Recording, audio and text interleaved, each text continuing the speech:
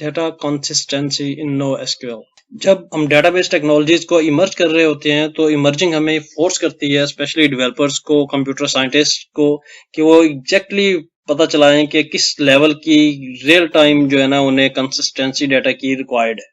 और जो भी वो डेटाबेस मैनेजमेंट सिस्टम अपनी एप्लीकेशन के साथ अल्टरनेट डेटाबेस के तौर पे यूटिलाइज करने जा रहे हैं, उसमें डाटा कंसिस्टेंसी का लेवल क्या है।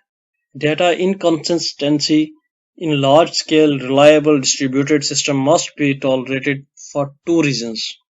Inconsistency दो reasons की बेस के ऊपर large scale, reliable, distributed system में जो है ना बेयर की जा सकती है। दो reasons हैं inconsistency data की जो है ना बेयर करने की। Improving read-write performance under highly concurrent conditions. इस चीज की मैं आपको एक रियल टाइम एग्जांपल देता हूँ, जो कि मेरे साथ माजी के अंदर एक सीन हुआ जो मैंने देखा। एक कंपनी के अंदर हम काम करते थे, वहाँ कुछ डाटा हमारे पास आ रहा था, कुछ ह्यूज किस्म का डाटा आ रहा था। हमने एक सॉफ्टवेयर बनवाया हुआ था, MS SQL डाटाबेस जो है ना उसके साथ बैकएंड पे काम कर रही थी, नेटवर्क के ऊपर वो डाटाबेस थी। शुरू में जब वो हमने काम स्टार्ट किया तो उसकी जो परफॉर्मेंस थी वो बहुत आउट क्लास थी। लेकिन जैसे जैसे डाटा उसके अंदर बढ़ता गया, उसकी तादाद ज्यादा होती गई, यानी ह्यूज डाटा होता गया, बिग डाटा जो है ना ज्यादा होता गया, हमारी जो डाटाबेस है हैवी होती चली गई। हमारी जो एप्लीकेशन की परफॉर्मेंस थी वो इतनी लो हो गई कि इवन के जो ओनर था वो चीखने चलाने लगा कि ये जो आपका सॉफ्टवेयर है ये बैठ गया है, ये आपकी डेटाबेस जो है ना ये बस जवाब दी गई है, या इस तरह का, मतलब इतने लो लेवल पे चली गई कि ऐसे समझ लें कि आपका जो RDBMS सिस्टम है, हालांकि माइक्रोसॉफ्ट का जो MS SQL सर्वर है वो काफी पावरफुल सर्वर है, वो ऐसे समझें कि तकरीबन बैठ चुका था। रीड राइट उसकी जो कैपेबिलिटी थी वो बस ना होने के बराबर हो चुकी थी। तो उसके ऊपर हमें एक प्रॉपर जो है ना सोल्यूशन चाहिए था। अब इस तरह की जो चीजें हैं इसको नो एसक्यूएल बड़े अच्छे लेवल पे कवर करती है, कि ये जो हमने जिस जगह आके हम स्टक हुए थे, इस तरह के तो इस तरह का या इतना डाटा तो ये नो एसक्यूएल के लिए एक समझें कि बिल्कुल जो है ना बिगनिंग है, ये चंक है छोटा सा, उसके लिए कुछ मैटर ही नहीं करता। नो एसक्यूएल डाटाबेस जो है ना ये 10 टाइम फास्टर है एक traditional relational database management system से।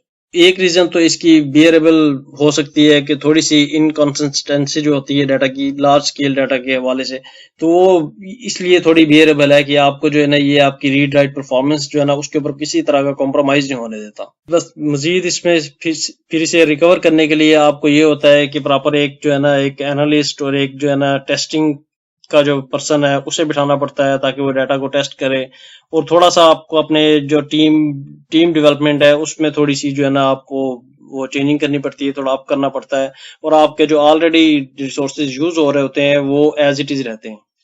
तो ये एक मतलब बेयरेबल चीज है कि इस तरह की चीजों को मतलब बेयर किया जा सकता है कि आपका जो काम है प्रोडक्शन के अंदर, जो आपकी ऐप जा रही होती है या एप्लीकेशन जा रही होती है, वो जो है ना इफेक्ट नहीं हो रही होती। फिर दूसरा इसका जो मेजर पार्ट है जिसकी वजह से इसको बियर किया जाता है वो ये है कि आपके जो नोड्स है वो अवेलेबल होते हैं, कि आपका ऐसा नहीं होता कि एक डेटाबेस है, आपकी डेटाबेस के ऊपर ह्यूज डाटा आया, उसके बाद एक बर्डन आया, प्रेशर आया, और आपकी जो डेटाबेस है वही पूरी तरह क्रैश कर गई है और आपका जो सिस्टम है पूरे का पूरा बैठ गया है।